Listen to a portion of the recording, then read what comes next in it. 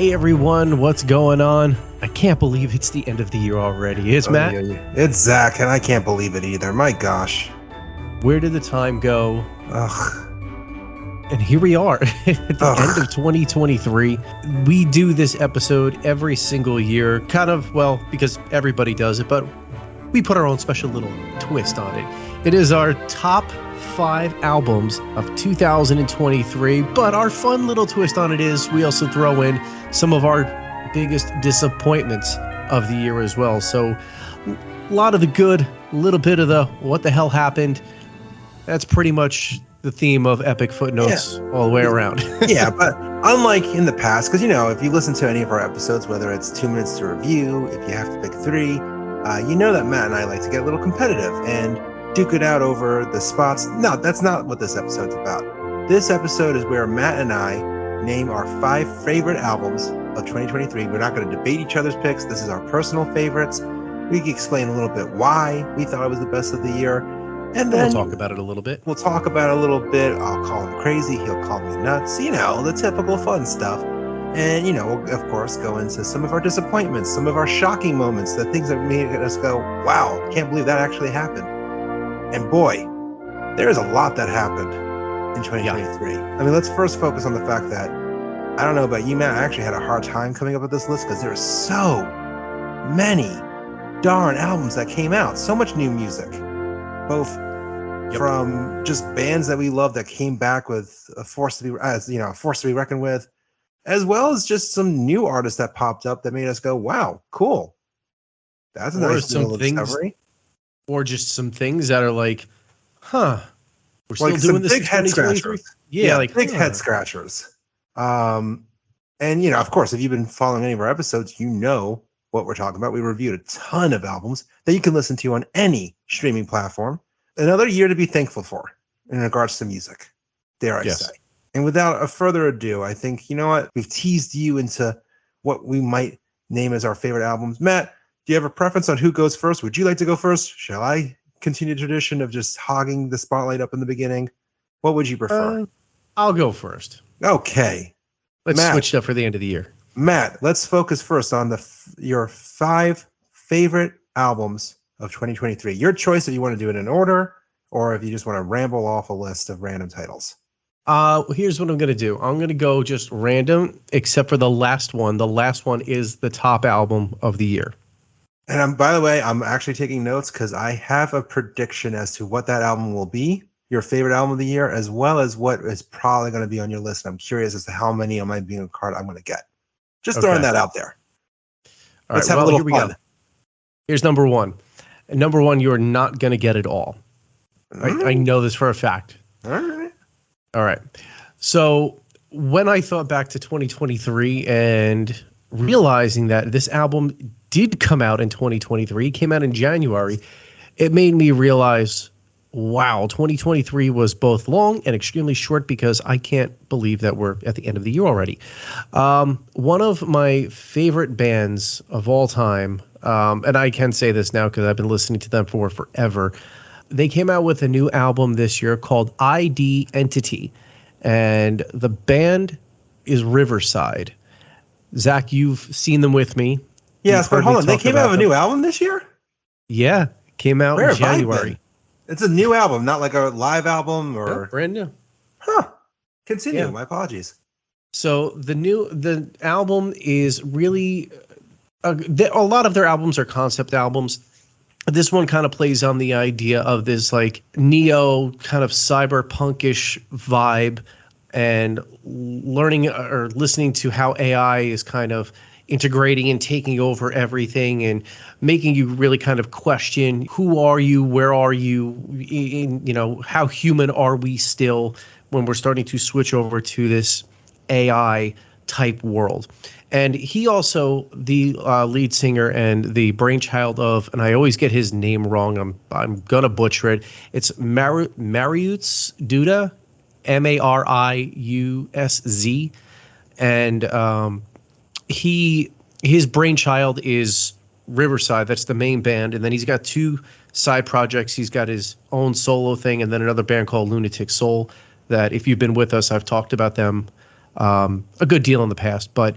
He kind of took this idea from Riverside and also kind of put it into, and this is kind of like a nice honorable mention, that he came out with a solo project album as well around this idea of AI called Afraid, and it's AFR space AI space D. So it kind of plays around with that idea too. That one's completely electronic. It's good. It's not top 5 of 2023 worthy, but it's a good album if you want to go listen to that one too. But yeah, some really good stuff coming from them on their latest one, Riverside, on ID.Entity, or Identity if you want to say it that way. But yeah, really good stuff. And I like the cover artwork too, because I think they're kind of playing around with this idea of a AI generated human kind of digitizing in the real world. So, and kind of realizing that he's, or he, she, or it is like thinking like a human, just playing around with the colors and the idea of human alongside of AI. It's really interesting. So if it sounds at all interesting to you, I advise to check it out. It's a great album. So Zach, was that on your list? No, it wasn't. You know what it is? I remember that album, you know, them announcing that album. I completely forgot that it came out actually in 2023. Number 2.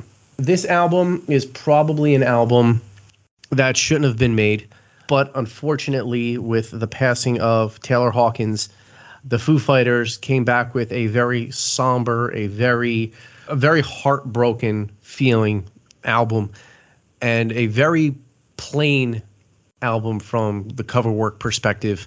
But here we are, their latest one that came out this year, really tugged at the heartstrings, along with everything that Dave Grohl was going through and the band having to go through Taylor Hawkins' tragic passing. They really pulled through with this album and put all of their feelings right out on the table, said, here we are, this is what we're feeling. At least we are still here, even though Taylor's not with us anymore. And like I said, just some of the other heartbreak and tragedy that Dave Grohl has been going through. It's really a great album, but once again, another album probably that shouldn't have been made. So that's number 2. Number 3, this one is kind of, I think, the dark horse of my list. I really don't ever expect to like an album. There's some bands that you listen to and they're always good albums, but you never really expect them to be your favorite. You know that there's somebody out there who's going to love it and make it their favorite because it's their favorite band of all time. But for me, Queens of the Stone Age really is one of those bands that's like, well, I'll listen to their new stuff. It'll be good. And, I'll kind of forget it and push it aside. But there's something about In Time's New Roman that really grabbed me this year. And it really surprised me how much I liked what Josh Homme and the rest of the guys did on this album. It kind of hooked me from the very beginning because I'm a tech nerd. And when the name of the album was In Time's New Roman, I was like, okay, that's clever. But then the sound of the album and just some of the ideas that they play around with on here are really great. And of course, it's that unique blend of Queens of the Stone Age desert stoner type rock and all the quirkiness that comes along with the sounds that they get on the album. It's really a great album. And it's honestly one of the most memorable, at least for me, from Queens of the Stone Age ever since Songs of the Deaf. So I can't believe how much I actually like this one. Now, the last 2 that are left on my list, I really kind of played around with which one was going to be number 1. And I know that I said I was going to save the last one for the album of the year, and I still am. But I'm going to go very, very, very close second. And this even surprised me more than Queens of the Stone Age. Because if you told me, A, that we would be getting a brand new album from the Rolling Stones this year, B, it would sound inspired, it would sound good, it would sound like a band that wanted to be out there and making new music, and just an album that would kind of grab me and make me more of a Stones fan than I've pretty much have ever been my entire life. And in that argument of Beatles and Stones, I've always, and I've said this in the past, I've always been on the Beatles side. But this album really kind of brought it back for me. And it's like, am I really as big of a Beatles fan as I think? Because the Stones sound really damn good here. and Hackney Diamonds, I thought it was just going to be a novelty of an album, but everything sounds inspired. It sounds like a band half their age. Mick Jagger, I mean, for a performance like he gave on the album, and Keith Richards, like the guitar work, there's just so much on here that even if you're not a Stones fan, and I said this in our review and I'm going to say it again, this is really an album that you can kind of hang your hat on and say, if you weren't a Stones fan ever, give this a shot, because there is something on here for everyone. And I'm not just saying that because that's a cliche catchphrase. No, there really is something on here for everyone. So that's a very, very, very close to top album of the year pick. But the album of the year, for me, at least, is an album that keeps grabbing me over and over again in both appropriate and inappropriate ways, and I don't mind it. Really kind of... What a great little tagline for that. That's the review right there. It grabbed me in both inappropriate and appropriate ways. And I don't mind. It really made me remember why I like music so much, and it keeps reminding me that there's exciting things that are out there, and there is a lot more than just what may be mainstream. It may be more than, what you can even explain. And I always had a hard time explaining this album to others because it's so unique. It's so you have to hear this to really understand what's coming out of your speakers. Words don't do it justice. Genres don't do it justice. If you had to classify this, it's just music, in my opinion. There is no way to explain what the latest album from Sleep Token, Take Me Back to Eden, actually is. It is that...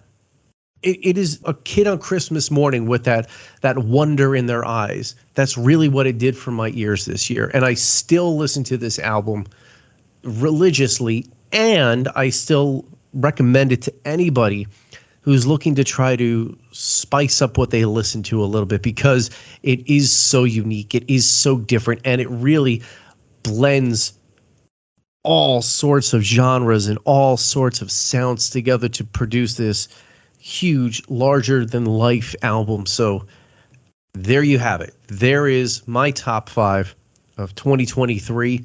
To recap: Riverside, Identity or ID.Entity, however you want to say it, Foo Fighters, But Here We Are, Queens of the Stone Age, In Times New Roman, The Rolling Stones and Hackney Diamonds, and Sleep Tokens, Take Me Back to Eden, being the top album of 2023.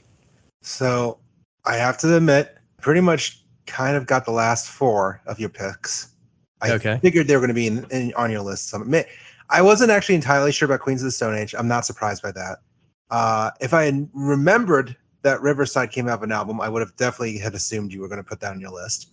I really thought, though, that you were going to name Stones as your favorite album of the year. I didn't. I had a feeling you were going to slide in Sleep Token onto your top 5. I did not expect you to have it as your favorite album of the year, though. My goodness. That's high praise. Mm-hmm. Yes. Well, definitely some things I want to discuss, too, because some of at least one of your mentions, I should say, made it onto one of my albums that disappointed me list. But I want to save that for a minute. First, let me get into my 5 favorite albums of 2023. And let me preface this by saying that 4 of my 5 we actually did reviews on. 2 of the albums on my list, I know for a fact Matt is going to roll his eyes and disagree with me. They're probably going to be on his disappointing list. And now I'm trying to do the math here. Partridge in a pear tree. Only one of the albums that I am going to include on my list actually made it onto his 5. So we actually had this is probably the first time that we only shared one favorite album of 2025. Wow. 2025. I'm skipping ahead apparently. Damn. This is, I think, the first time in our 5 years of doing this show that we have only had one album that we've actually both liked. And you know what? Let me go. I was going to go ahead and start with the one album that we didn't review, but let me go ahead and start with the one album that we did share on our list. And I'm going to go ahead and say that this is my favorite album of 2023. Hands down. Foo Fighters, but here we are. Matt said this is the album that shouldn't be. I don't know if I necessarily agree with the way he said that, but thank God Foo Fighters did make this album. You literally hear the emotion in Dave Grohl's voice and vocals and when he sings the lyrics on this album throughout every song. I mean, again, we've reviewed this album and we touched upon this a little bit. You've also heard us in the past, express our disappointment in Medicine at Midnight. And for Dave and the band to come out of tragedy after the loss of Taylor Hawkins, as well as the loss of his mother, and produce an album that is so personal, so sad at times, but also so healing.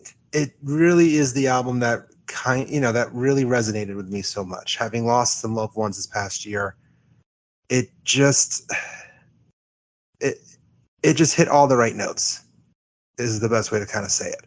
It just highlights how, when we lose someone and yet here we are alone, how do we rebuild our lives? And this album just kind of gives you that strength, that extra cup of boost and coffee that you kind of need to get you through that day, to get you through the hardships.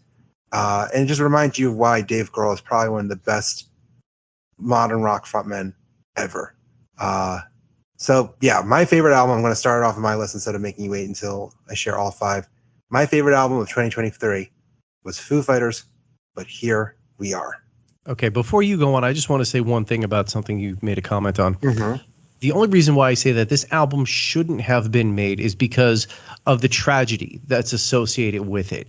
And I think that it would have been a different Foo Fighters album if Taylor was still with us, if Dave wasn't going through all the issues that he went through. I think that if things were kind of smoother sailing and Taylor was with us, this would be a very different album. But for it having been made, it is a damn fine album. Well, I think it's proof that sometimes you need to actually scream out loud. You need to sing out loud your hardships. You go through. I still think, yes, it's unfortunate that they had to make the album under the circumstances, but it's proof that how healing and helpful music can be during times of hardship. So that's why I'm saying thank God they made this album, because like I said, it resonated with me a lot. So that's the first of my 5 albums and my favorite album of 2023. Now let me move on to the one album that we did not review on a past episode of 2 Minutes to Review. Hopefully, many of you are familiar with a band called Royal Thunder. Unfortunately, you probably are not. I would dare say that they are a band that should be much bigger than they are. They've kind of gained a cult following with the way that they just almost sounded like if Janis Joplin was fronting Black Sabbath. And in each album, they just kind of evolved their sound and just became stronger and stronger. Well, it's been over 5 years since 2017's Wick. And during that time, the band went through a lot of turmoil to the point that they almost dissolved, essentially, losing some members. And then during the pandemic, they actually reunited with their drummer, Evan, and they just regrouped and produced Rebuilding the Mountain, which is literally them rebuilding what they had together and producing what might be one of their more personal sounding albums in a long time. I'm trying to find the best way to even just rave about this album without going too down the rabbit hole. But I mean, Minnie, I always loved her vocals. I always thought it was so passionate, but she really just shines throughout this album, especially on songs like My 10, The Dead Star, the King. I mean, it's just, even the first single, The Knife, it's just literally, this album takes that Sabbath sounds, but evolves it as if, what if Ann Wilson formed a new group with Soundgarden and they spent a month together doing some psychedelic drugs in Atlanta, because they're from Atlanta, so you get that Southern flair. It's just, there's a sense of rawness but amazing production on this album that just really, once again, cements Royal Thunder's presence as the band that you really should be ashamed if you don't know about. So, second album out of my 5 favorite albums, Royal Thunder's Rebuilding the Mountain. Highly recommend this band if you haven't listened to it. All right. Album number 3. This particular album, we reviewed it earlier this year, and I feel like the buzz for this album really kind of died down fast, and I don't fully understand why, because the second I heard even the first single and then each song that they released off of it, it just kind of confirmed, yeah, if you loved this band at the height of their popularity, you should be head over heels for this. And I'm talking about Fall Out Boy's So Much for Stardust. I was pretty much hooked the second I heard the first single, Love from the Other Side. But then you hear songs like Heartbreak Feels So Good and Heaven, Iowa, and Flu Game. It's the perfect balance of modern elements of pop rock, but then the pop punk playfulness of classic Fall Out Boy that you would want from them. It really is the perfect album to come out with in 2023 when pretty much pop punk is, I hate saying this out loud, but pop punk has become almost the new form of classic rock for many young fans. And the title track alone, oh my God, it's just gorgeous. I love the epicness of it. It's just beautiful. It's a beautiful song. It's an album that reminded myself, yeah, Fall Out Boy are really great. They might get a lot of crap sometimes. Maybe Pete Wentz is a little too in the spotlight sometimes, but gosh darn it, Patrick Stubb is an amazing vocalist. Pete knows how to write a damn good song, and just the band themselves, so much tighter than they get respect for. So my third pick for favorite albums of the year, Fall Out Boy's So Much for Stardust.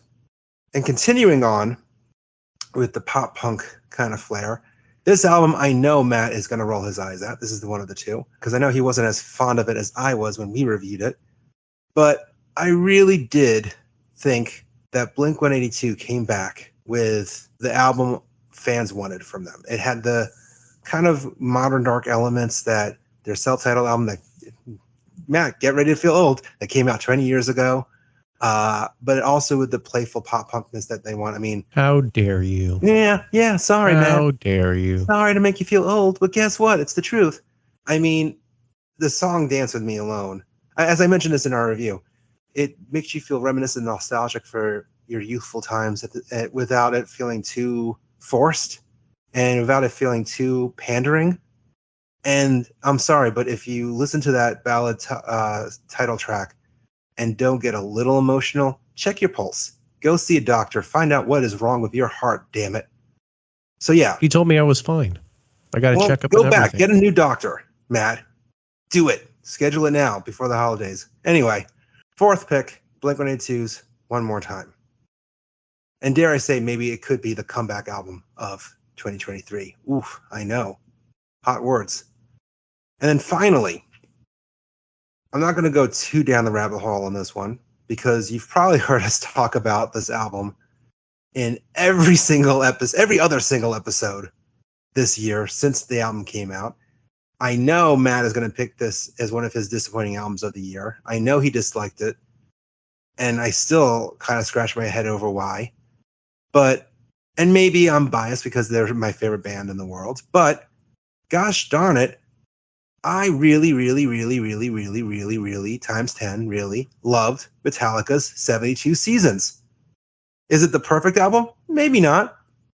But my God, it is. I mean, the title track alone I love, but every song on it is just a great harken back to its roots without it being too, all right, we need to sound like Kill 'Em All with a little splash of Black Album.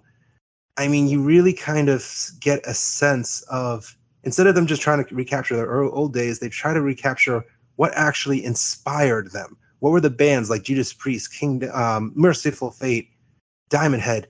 What were the bands that actually made them want to be Metallica and go back to that influence instead of just going back to their old catalog? And the theme alone, just the fact that, James is trying to cover, how we really form our identities within 72 seasons, the first 72 seasons of our lives, and questioning, can we really change after that point? I mean, this is his most personal sounding album, and say what you will about the rest of the band members, he probably sounds the best, both from a production standpoint and just even from a performance standpoint, than we've heard from him in a long, long time. I mean, this really is an amazing James Hetfield album. And I kind of disagree with Matt from his original review. I think Kirk, Rob, and Lars, they do a fine, damn good job on this album too. So that's my final favorite album of 2023. To recap, Metallica, 72 Seasons. Blink-182, One More Time. Fall Out Boy, So Much for Stardust. Royal Thunder, Rebuilding the Mountain. And finally, my favorite album of 2023, Foo Fighters, But Here We Are. And you know what? There are so many great albums. And Matt, I'm sorry, but I want to give quick little shout outs to some honorable mentions. I mean, first off... Well, at least you didn't have any ties. No, I didn't have any ties. I promised Matt I wouldn't have any ties this time. But I do want to give a shout out to Code Orange, who released their new album, The Above. And my God, this band, every time you think they can't just throw new curveballs at you from genres, this album, it literally sounds like if Nine Inch Nails, Smashing Pumpkins, Slipknot, and Godflesh had a blood orgy, and then while they were hanging out at CBGB's, and then gave birth to a love child at CBGB's, and then Korn raised it.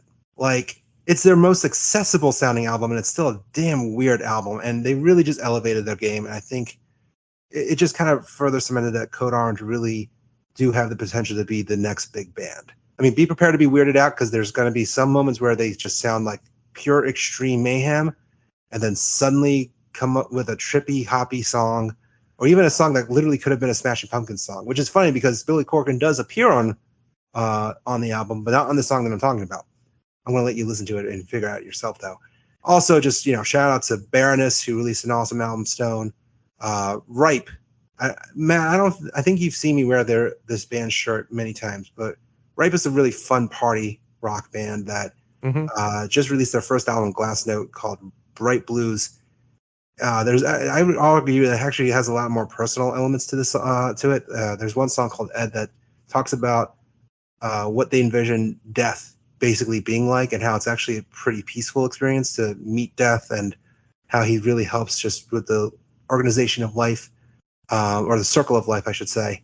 But yeah, really great album from Ripe. And also, this one I'm actually surprised by. I think more so than Queens of the Stone Age, I thought you were going to have Rival Sons Dark Fighter on your top 5 list. I was thinking about it. But very good album. Very good album. Absolutely. But there was just something about Queens of the Stone Age that kind of grabbed my attention and didn't let go. And I think that the Rival Sons album was good. It's just I expect great from the Rival Sons. And, I was more like, I was kind of enamored more with, why do I like this Queens of the Stone Age so much? Interesting. I think I was surprised at how much I liked Rival Sons, to the point that it actually almost made my top 5 list. But Royal Thunder just kind of had an edge to it. And I'm like, yeah, this is just so freaking good. But Rival Sons, Dark Fighter. I wasn't a huge... Did you listen to Lightbringer, the follow-up album / EP that they released back in October? I wanted to, but I haven't had a chance to go back to it yet. I listened to it, and it's just they should have just focused on maybe taking one of the songs off of Lightbringer and putting it on Dark Fighter, but Dark Fighter was the better album. There's just some real Scott Holiday. Scott, the guitar player in Rival Sons, just some really incredible riffs and solos, and Jay's vocals just incredible. But that's an honorary mention. Matt, should we go into some disappointments of 2023? Well, you already brought one up, so let's talk about it. Let me get right into my disappointment of 20. Well, my first. So let's focus on 3 disappointments, or do you want to do 5 as well? No, let's do 3, but let's start with let's not harp too much on the bad. So my first disappointment of 2023 was Queens of the Stone Age in Times New Roman. You're one of your favorite albums. Mm-hmm. I love Queens of the Stone Age, and I thought Villains, their last album, was really superb. This one, it wasn't even that the songs were like, I didn't have anything too much against the songs. I thought they were good, but something about the production just seemed a little wonky to me too. To me, it didn't feel as focused as I would have liked it to have been, especially considering how long it's been since we heard from them. I don't know if you want to rebuttal that, or if I should just continue with my list of disappointments. No, keep going. I mean, I can understand why you say that about Queens, but there's just something about it that really it felt kind of special to me. Like I said, there were always a band that I listened to their stuff like, yeah, it's good. And then, wouldn't think twice of it. But this one I've listened to, and I've listened to it again and again. And like, why am I still listening to this? Because it's good.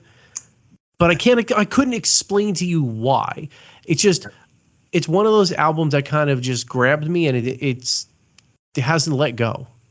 And meanwhile, I'm like, I love Queens of the Stone Age, and I think Songs for the Deaf is still one of my favorites, and I still go back to it and am blown away by it. And I think maybe I was going into this album with high expectations, because I find at least one or two amazing moments on every Queens of the Stone Age album. Not that I didn't necessarily have any wow moments with this, like Paper Machete, it just was a great song, but it just kind of felt much flatter to me than I really wanted it to. And granted, it came out during a time where a lot of good big music came out that month too. I mean, like I said, this year was just chock full of new stuff and awesome stuff. So maybe that didn't help. My second disappointing album of 2023. I think if anything, you're going to be more surprised that I had any hopes for this album. And maybe I'm more disappointed in the fact that there's still actually a large chunk of people in the metal community that actually seem to really like this. And I say this as someone who has loved Avenged Sevenfold for the past 20 years. But my God. Okay, let's talk about this one. Let's talk about this. Now, and I want to also preface this, I shouldn't be disappointed because, frankly, I'm going to make myself feel old here, but it's been 10 years since Avenged Sevenfold released Hail to the King. And ever since that album came out, they've done nothing but disappoint me in almost everything they've done. In the way that they released music, in the music that they've actually released, in their touring routes. And it just... So I guess I shouldn't be surprised that I'm very disappointed by Life is But a Dream. But my God, this album, I don't get how people are calling it such an artistic revelation, because to me, it just sounds like a bunch of guys who aren't even in the same room, just fucking vomiting crap. So we did get we did get a little bit of hate in the comments on that particular review. Just a little.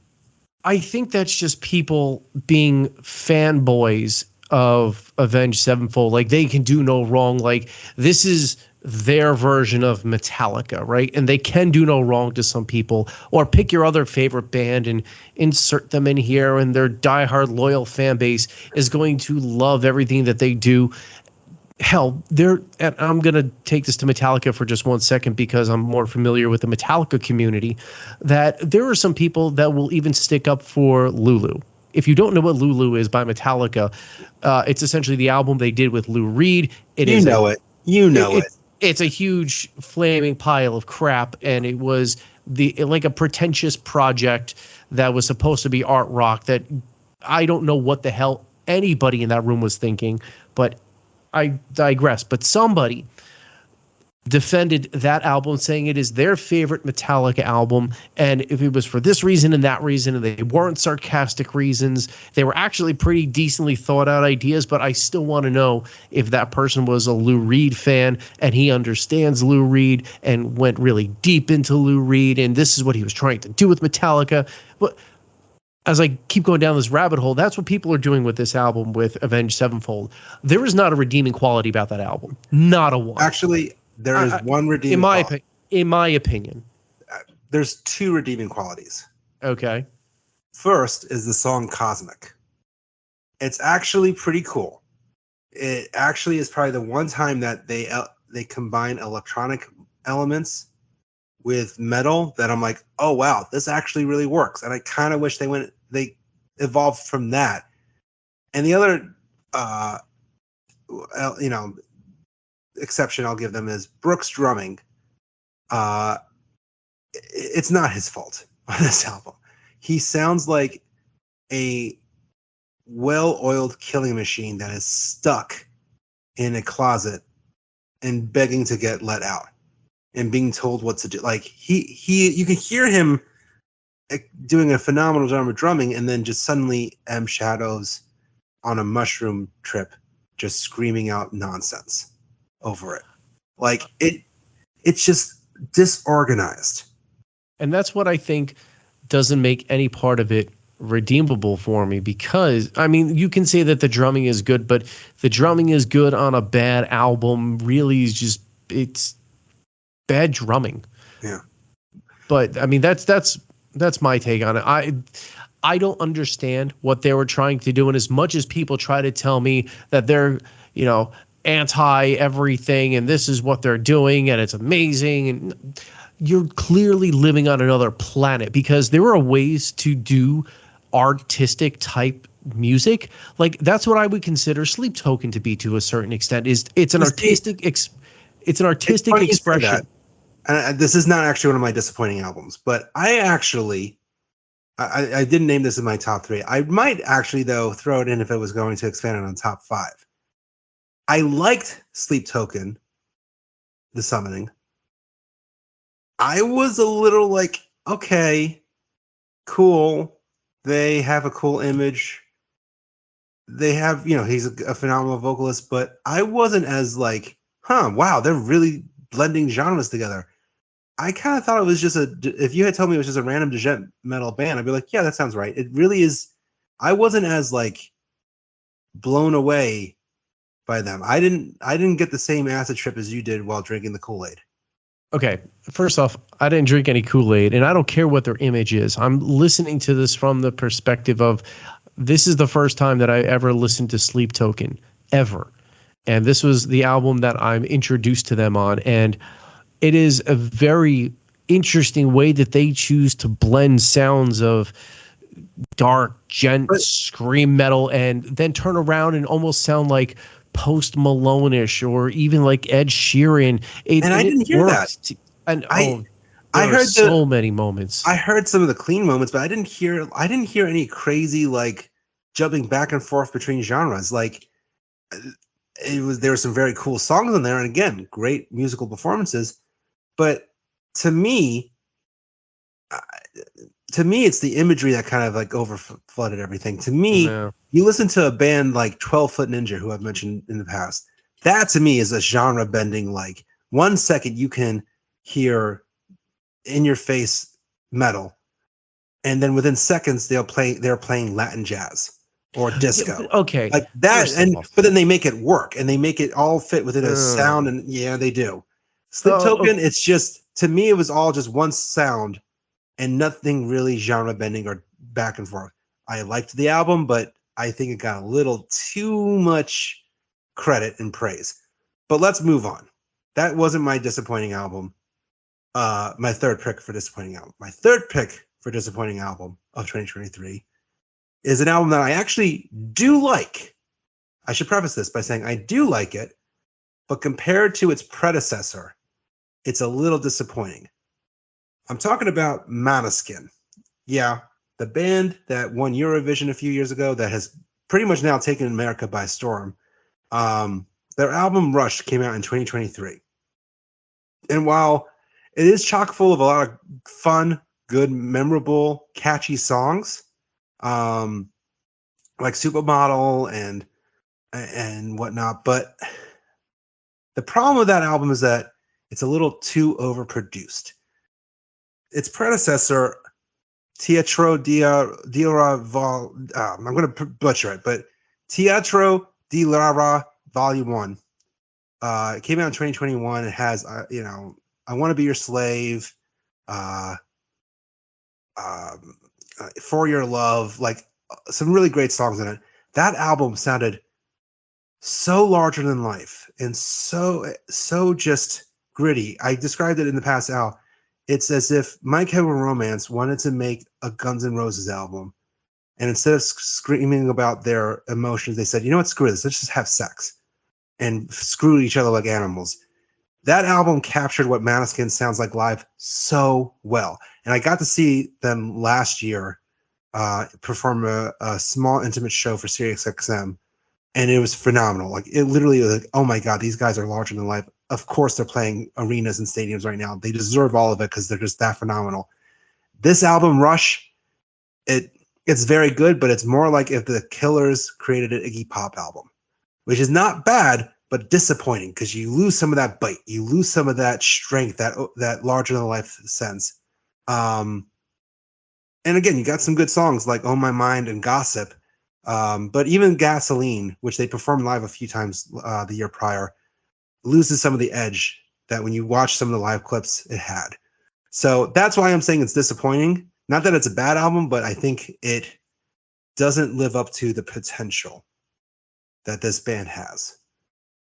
So those are my 3 top disappointing albums of 2023. Maneskin's Rush, Adventure Unfolds, Life is But a Dream, and Queens of the Stone Age in Times New Roman.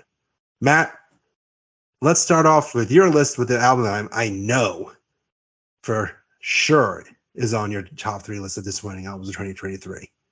All right, well, we'll start off with the one that you talked about already, Avenged Sevenfold. We'll get that out of the way. Oh, so okay.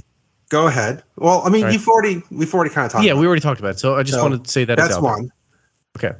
Number 2, we're going to get into a discussion about this one. It's definitely Metallica's 72 Seasons. You know what? I'll let you go ahead and speak. I think I did a fair job defending it, but go ahead. My problem with the album is that while you claim, and I think this is kind of the inverse of what we just discussed a little bit with Sleep Token, right? Like I think it's mind-blowing and it's great and it's my album of the year. I think the reason why you think that it's, it's bad is kind of the same, or not bad, but it's kind of the same reason that I'm disappointed in Metallica's 72 Seasons. To me, I don't hear them trying to get all the influences that they've had in their career and put it down on an album and make it sound Metallica-like. I think that they had a lot of ideas, and James had a lot of ideas coming out of his personal life, and he managed to get it down on paper. But then when it came time to make the music, they had some great ideas with Lux Eterna, because I love that song. I will go on and say that there are some moments here. Which is ironic because that's actually my least favorite song on the album. Great. But continue. Okay, great. I loved Lux Eterna. However, once you start diving deeper into the album, and you're not going to like what I'm going to say about this, but listening to Lux Eterna, the very beginning intro piece, that statement right there is the statement for the rest of the album with how the music is going to sound. It follows the drums too closely, and it's not Metallica doing anything else interesting with the music. If darkness had a sun, shadows follow. You must burn. Crown of Barbed Wire. Too Far Gone. 72 Seasons. All of these songs follow the same formula, and that's the problem I have with the album, is that it's Lars with the downbeat and James and the rest of the band accenting that beat, and that's what they follow throughout the song, and it gets repetitive. Seeing them live, I very vividly remember standing there whenever they played something off of 72 Seasons outside of Lux Eterna, that I was like, this is really boring. Like, can we just get on with this and get past this song? And I don't ever do that with Metallica. I love Death Magnetic. I played the hell out of that album, and I really enjoyed Hardwired to Self-Destruct so much that I bought the deluxe vinyl edition where it came in the nice box with all the different color vinyls and all the other paraphernalia that came in with it. But when it came down to 72 Seasons, I couldn't get into it the same way that I got into those two. And that's really concerning, because I managed to find something decent with every other Metallica album outside of Lulu, because that's not really Metallica. That's with Lou Reed. That's a whole nother thing entirely.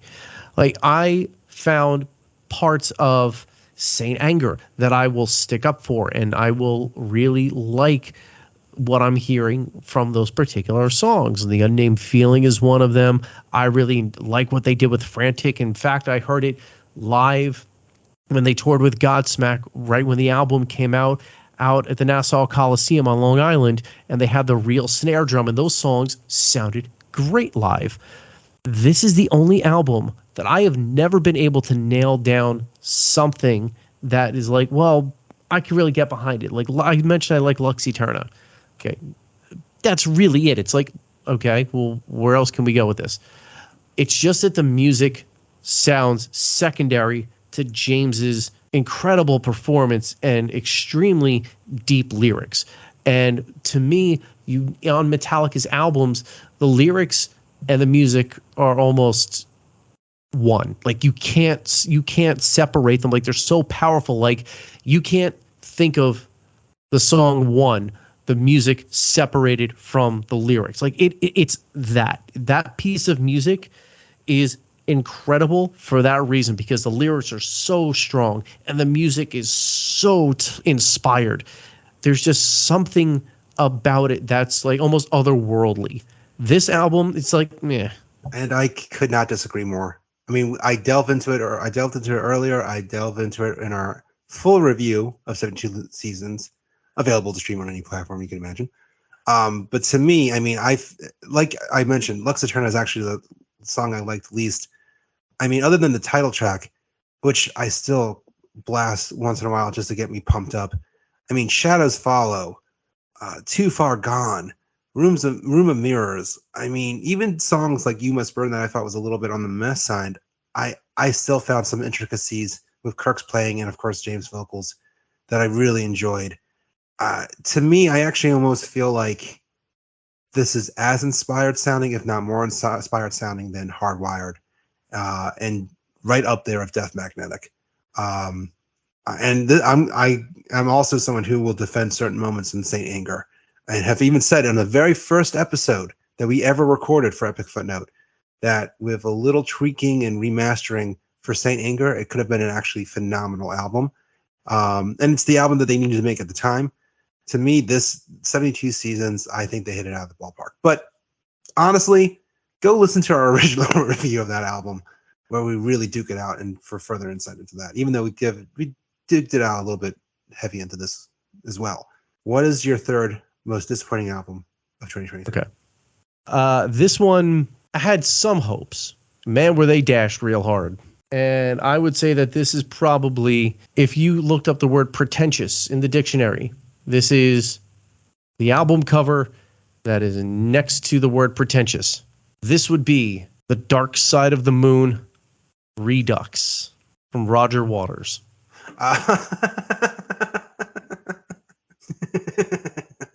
Continue. Thinking that you created or helped to create one of the greatest albums and greatest pieces of music ever to be recorded that is universally praised the world over, and you feel that there's still more that needs to be done. Okay, I'll bite. What could possibly need to be done? Oh, you need to remove most of the music and most of the nuance. You know, the good stuff. And you need to turn it into a spoken word type album. Right. Why and who asked you to do this? What type of drugs were you on? I can see Avenged Sevenfold being on some mushrooms or some LSD when they created Life's But a Dream. I don't know what the hell you're on to think that you think that Dark Side of the Moon needs to be touched. Maybe if the volume fader needs to be pumped up a little bit, maybe, like, that's about it. Maybe you don't need to, because there's a million remastered versions of that do that for you. Right, maybe there's things that you could touch to play with the volume. Maybe mix it a little bit differently. Okay, great, because that's a thing now that Daft Punk is doing, that they're beating Random Access Memories to death. They removed the drums from that album. I don't know why or who asked for that, but hell, I would put that on here. Like, I don't understand that album either, but that isn't as universally praised as Dark Side of the Moon. So let's go back on that train. Like, in what world did Dark Side of the Moon need anything? But I guess because Roger Waters needed to flex his I'm Pink Floyd muscle at some point for whatever fucking reason. Yeah, we got Dark Side of the Moon Redux. I've never seen an album go from the greatest of all time to the most hated of all time because of something that was done to it. Like, this is truly from first to worst. I can't say anything more about it. It's just that bad. All I'll say is that it's a crap album from an individual that unfortunately in the past year or two has proven to be a really crappy person. Hence, sitting right next to pretentious in the dictionary. Yeah. Well said. Isn't it nice that we can end that part of the episode on an agreement that Roger Waters delivered a piece of crap in 2023? Yeah. And I can't even believe that I brought Daft Punk into this somehow. Yeah, I can. Because you named that album. Actually, I'm surprised that we haven't talked more about that, because you've named that album the original one of the best albums of the 2010s. Yes. Real quick side note on this thing. Mm-hmm. They released the anniversary edition of it, and it was great because they brought in some new life to it with some videos and commentary and some tracks that were left on the cutting room floor, which are great. You know, those are always fun. But no less than a year later, right? Yeah, no less than a year later, they put out the drumless edition. It's just weird. Why? Like, the whole point of like songs like Get Lucky are like the rhythm and the drive to it. And last time I checked, the drums are pretty essential to rhythm. It's just not necessary. Get it. From a band that's supposed to be dead, it's just not necessary. And it's bizarre. No. It's more bizarre that they even did anything, considering that they're like, after years of not doing it, literally anything, no releases or re-releases while they were still technically together. The fact that they suddenly just out of the blue disbanded, and now we're getting reissues, and it's just bizarre. Which, you know what, is kind of a nice segue into the next part or discussion I want to have with you as we put a bow on 2023. This year was chock full of some shocking moments. Yep. To the point that it's almost hard to say what was the most shocking moment of 2023. I think definitely high up there, and I don't want to go too down this rabbit hole of talking about it, because we recorded not one, but 2 episodes about this topic. I'm talking about the rise and the fall of Bamboozled 2.0. Just all yeah, you forgot that happened this year, didn't you? I remember that we talked about it, and then I remember somebody wanted to work with us, and nothing ever came of it. Yeah. So that's kind of apropos. I know. By the way, buddy, whoever, if you're out there, hi, we miss you. Let us know how you've been. To kind of reveal a little behind the curtain, the response that we got for even speaking out loud about it and highlighting, because it wasn't even just a matter of like, oh, meh lineup, just some really shady crap that happened in the rollout, in the announcements and the tickets, and then it just became more and more clear of how shady it really was, to the point that it just imploded a week before it was supposed to happen. Everything about it's just bizarre, and it's still kind of like, what the, you know? So yeah, not to go too down the rabbit hole there, because we do, like I said, 2 episodes of Am I Missing Something dedicated to us just recapping the bizarreness of Bamboozle's return and failed return. I think another bizarre moment, again, without going too down the rabbit hole, because we do a whole Am I Missing Something episode dedicated to it as well. But the fact that, I mean, it's safe to say that it was clear that something was fishy when Motley Crue announced that John 5 was joining the band, and kind of downplayed Mick Mars's future in it, in the group. And it's not surprising that, of course, words would come out and he said, she said, but to witness what is becoming one of the nastiest legal battles played out in the public, it's again we go into Am I Missing Something episode that touches on the beginnings of the lawsuit between Mick Mars and Motley Crue, but just the fact that it's gone to that extreme where Mick Mars is literally giving out interviews with Variety magazine, and the band's actually responding to it too. I shouldn't be surprised because of course Motley Crue would make this a nasty PR campaign. Of course they would, but that happened in 2023. Matt, I want to spend a little time though talking to you about what the heck is going on with Slipknot. Oh, Slipknot. For those who might not be familiar, so I mean, we could all kind of date this back to September of 2022 when they released a very let's call it lackluster of an album, The End So Far. Their last at Roadrunner Records, and then within the past year, they've continued to tour. Not only have they parted ways with members, but they even, out of the blue, split with longtime drummer Jay Weinberg, who really became a beloved member of Slipknot. He replaced Joey Jordison, who he had been very vocal that was his idol, even sharing pictures of him meeting him as a kid. Seemed like a perfect fit. Had gotten lots of awards from magazines, and kind of out of the blue, they just said, due to creative differences, we parted ways with him. Literally 2 days after a festival performance, and even Jay went on to be like, "Yeah, I was blindsided. I have no idea what happened, but here we are." I mean, what in the hell is going on within the Slipknot camp where they're just kind of tossing out members and really showing no signs of what actually is going to be next? Meanwhile, Corey Taylor has made it repeatedly kind of said in interviews while promoting his solo album, which I'm not even going to share my thoughts on, how, yeah, realistically, I really only have 5 years left of touring as Slipknot. I mean, my body's killing me. So I don't know how much longer, the clock is ticking here. What is going on with Slipknot within the Slipknot camp? So I have this really weird conspiracy theory about it.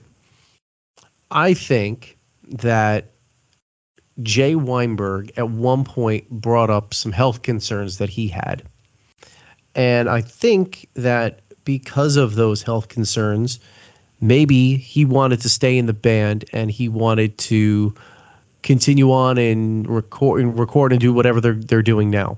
But they were possibly looking out for his well-being because he didn't want to actually get his torn labrum taken care of, because it's a fairly lengthy recovery from everything that I've managed to gather. And they kicked him out, quote unquote, because they wanted him to take care of his health. And this was their way of looking like they care. And Jay was kind of blindsided by it because he wanted to just continue on with Slipknot like nothing was wrong. So I think they did it in his best interest. He was blindsided because nobody talked about kicking him out. Then Corey is saying that he's got only 5 years left. But if Corey's only got 5 years left because his body is killing him, maybe this will also give him a chance to take a break while they, quote unquote, look for a new drummer. So possibly he can rest up a little bit and maybe feel a little better. So I wouldn't be surprised if something about the health isn't in play. Well, first off, I don't know about the Corey getting rest part because they've already got shows on the books for 2024. So they're playing Sick New World in May. And I'm sure they're going to be playing some festival this summer. So, actually, no, they are playing festivals over the summer, including Welcome to Rockville. So, I don't know about the rest part. I wouldn't be surprised if Jay's health procedures had a play, but more so in that if you kind of read his statement about how, like, yeah, I had this surgery planned, I almost wonder, and he was like making it very clear, like, yeah, I mean, I purposely planned it because I knew that we would have this 4-month period of no shows where I can rest up and get ready for the next thing. I almost wonder if, like, in his mind, he was like, yeah, I can definitely do this, and there's no problem. And Slipknot not really looking out for his health, but more being like, no, dude, you can't just schedule this without approval. And no, I don't think we can't risk you needing more time. That time frame doesn't work. Sorry. And Jay kind of going rogue and going, well, no, this is what I'm doing. This is how it's going to play out. And them going, oh, he's not playing by the rules. You're out. Because let's be real also, he has every right to believe that he is the drummer of Slipknot. But the truth is that the band is ran by Clown and probably Corey Taylor. Definitely Clown. I also wouldn't be surprised, kind of for similar reasons why a lot of the other members have gotten let go over the past few years, and also this past year too. I think, unfortunately, I also wouldn't be surprised if Jay was like, hey, so I'm getting all these awards. How about a raise now? How about it's time I get some of that T-shirt money? It's been 10 years. And them going, nope, sorry, bye. Like, maybe it's just a freaking money thing. Which is, I hate saying that out loud because you hope that that's not the case. But I mean, you've basically heard that with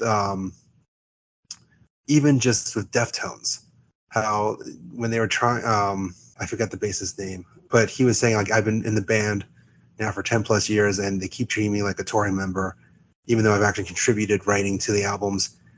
And they basically just kept trying to reduce my pay and kept coming up with ridiculous reasons. I have a feeling that Jay kept asking for too much money or taking liberties like scheduling surgery that may conflict with Slipknot's agenda. And Slipknot going, nope, that ain't going to work for our business. Here's the door.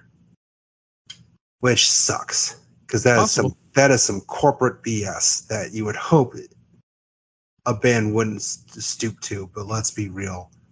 Slipknot Incorporated will do what is in Slipknot Incorporated's best interest. Damned your health. We kind of talked about that too with Guns N' Roses, right? Like, yeah. We like one of the I think the conspiracy theory there is that the Live Nation machine is what's keeping them on the road, and it's not Guns N' Roses, the band from 1987, Bad Boy, Bad Boys on the wrong side of the tracks, being like massive rock stars. It's no Guns N' Roses Incorporated, the LLC that is looking out for the money generation that Live Nation requires, and that money generation requires that one Axl Rose, one top hat wearing Slash, and one Duff McKagan all get on the same stage together.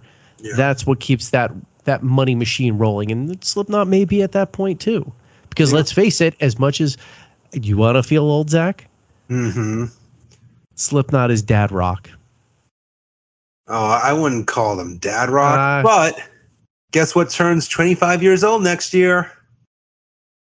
Slipknot's self-titled debut. My God, we're old. We are. There you go. But continuing on this theme of shocking moments, here's a more pleasant surprise, or I guess pleasant depending on how you look at it. Mike Portnoy is back in Dream Theater.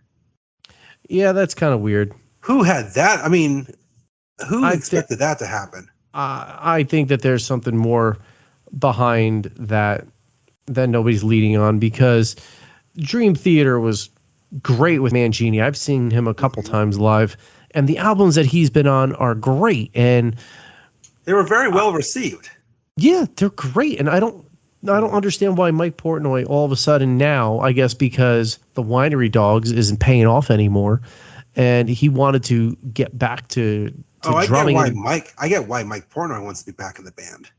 But I don't get why the band wanted, granted, they're all friends and they all went to school together, but while Mangini was behind the kit, I don't understand why Dream Theater ever felt the need to bring Portnoy back. Like, Portnoy was the one that walked out on the band. They didn't kick him out.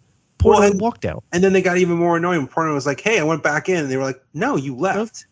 Yeah. And then why bring him back? And then Portnoy was like, they won't let me back in. It's like, yeah, because you left.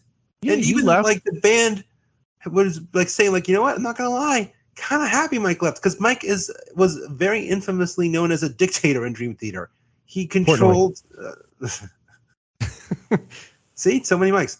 Portnoy was almost like a borderline dictator within the band, determining Portnoy had lead singer syndrome without actually being able to sing.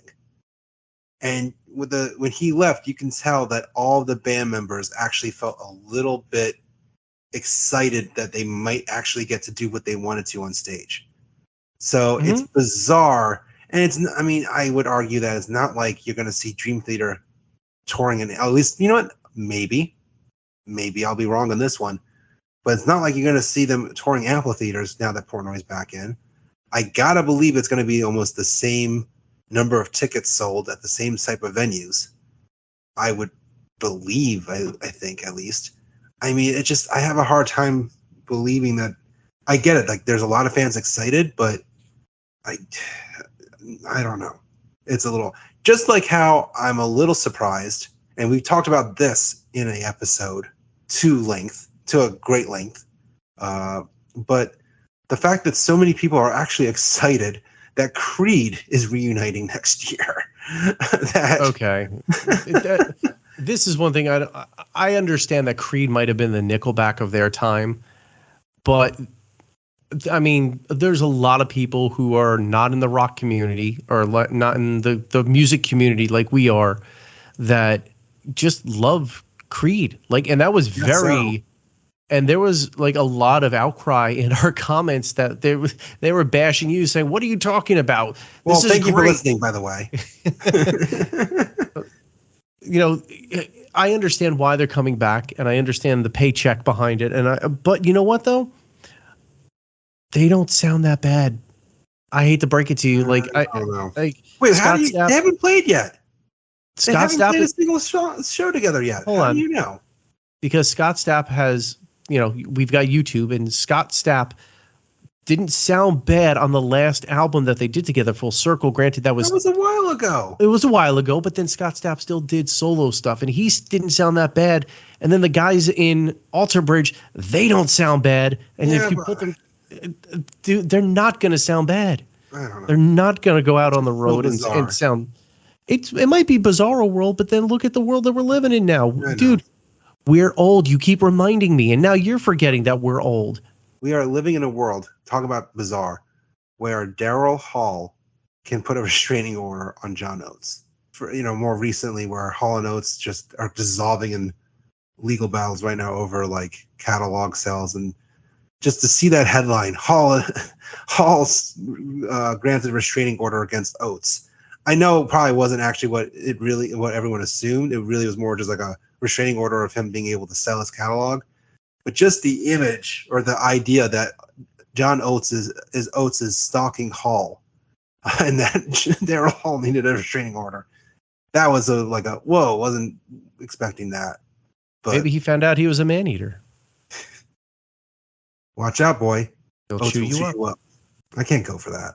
But you know what, Matt? The most shocking moment of this year? The realization that we've been doing this for 5 freaking years.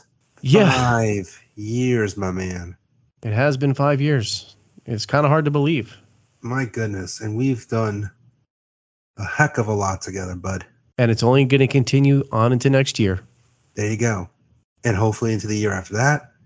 And the year after that. Maybe a pause.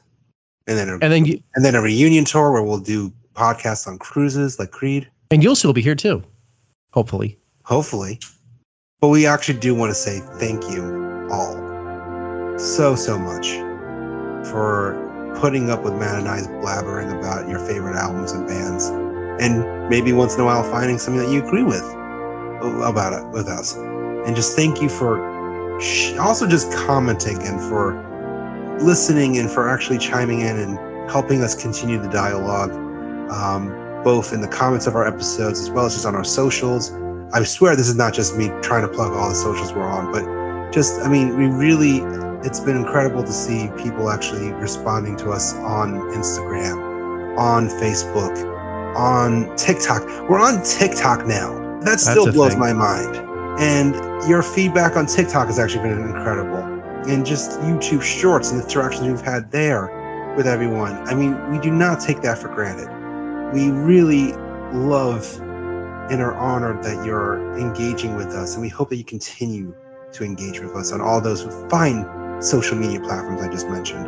So thank you for that. Thank you to all the publicists and and people that work at the labels that have actually, helped us get a chance to listen to some of our favorite albums a little bit in advance so that we could share our thoughts a little bit earlier and sooner.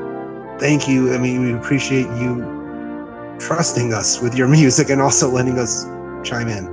And also, thank you to Lucky 13 Beard Co. I mean, they've been a sponsor for a while now too. My goodness, Ed has just been the greatest guy for us, and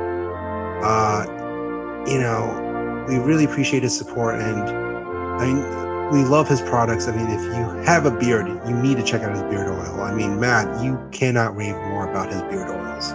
Yeah, so if you've ever wanted to try a beard balm or an oil before and you've never had the chance to, this is really where you're gonna want to go to try it out, because he's got some of the finest smelling and feeling beard oils on the market today. So if you head over to their website at lucky13beardco.com, put anything in your cart, including our beard oil. It's called the Lemmy, and it smells of everything that Lemmy stood for, from Motorhead: bourbon, tobacco, cola, leather. It is an incredible smelling beard oil, not just because it's ours, but because it's true.